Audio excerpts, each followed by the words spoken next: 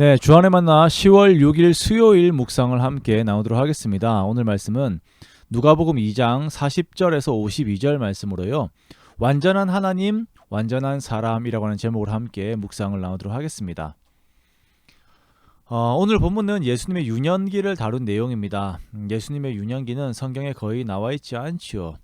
예수님의 어린 시절에 대한 많은 썰들은 있습니다. 저도 몇 가지 알고 있는 것들이 있는데 말해도 별로 이득이 되지 않는 내용입니다. 그렇다고 특별한 이야기들도 아닙니다만 이러한 전설의 내용들이 성경이 기록된 목적에 그리 부합하지 않기 때문입니다. 요한복음 20장 30절과 31절에 보면요. 성경 기록의 목적이 정확하게 나와 있죠. 예수께서 제자들 앞에서 이 책에 기록되지 아니한 다른 표적도 많이 행하셨으나 오직 이것을 기록함은 너희로 예수께서 하나님의 아들 그리스도이심을 믿게 하려 함이요 또 너희로 믿고 그 이름을 힘입어 생명을 얻게 하려 함이니라 라고 말씀하십니다. 예수님께서 하신 일들 중에 많은 이적들이 있지만 제가 아는 예수님의 어린 시절의 이야기들도 이러한 이적들에 대한 이야기들입니다. 그런데 이것들이 기록이 되지 않은 것은 신약 성경에 기록된 것으로 예수님이 하나님의 아들 그리스도이심을 믿게 하는데 그리고 그 이름을 힘입어 영생을 얻게 하는데 충분하기 때문입니다.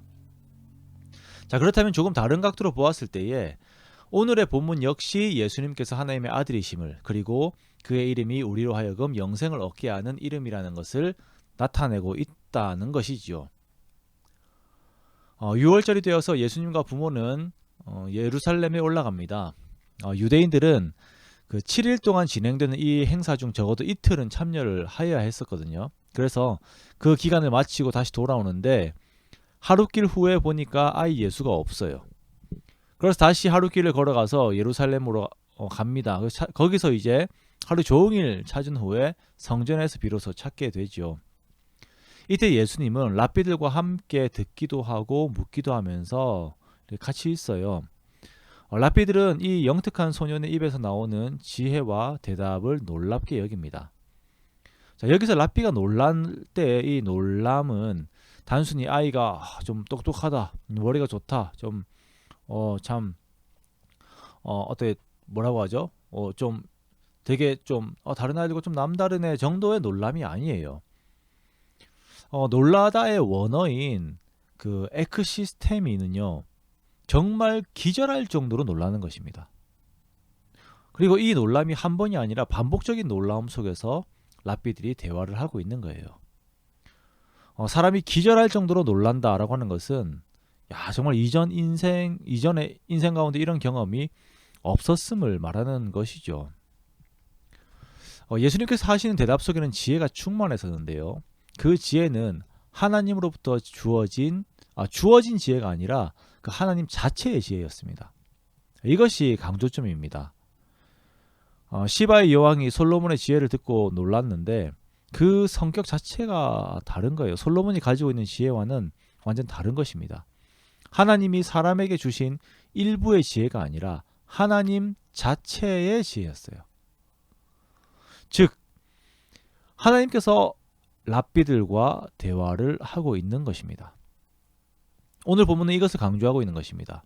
하나님께서 사람들 속에 직접 거하고 계신 것이에요.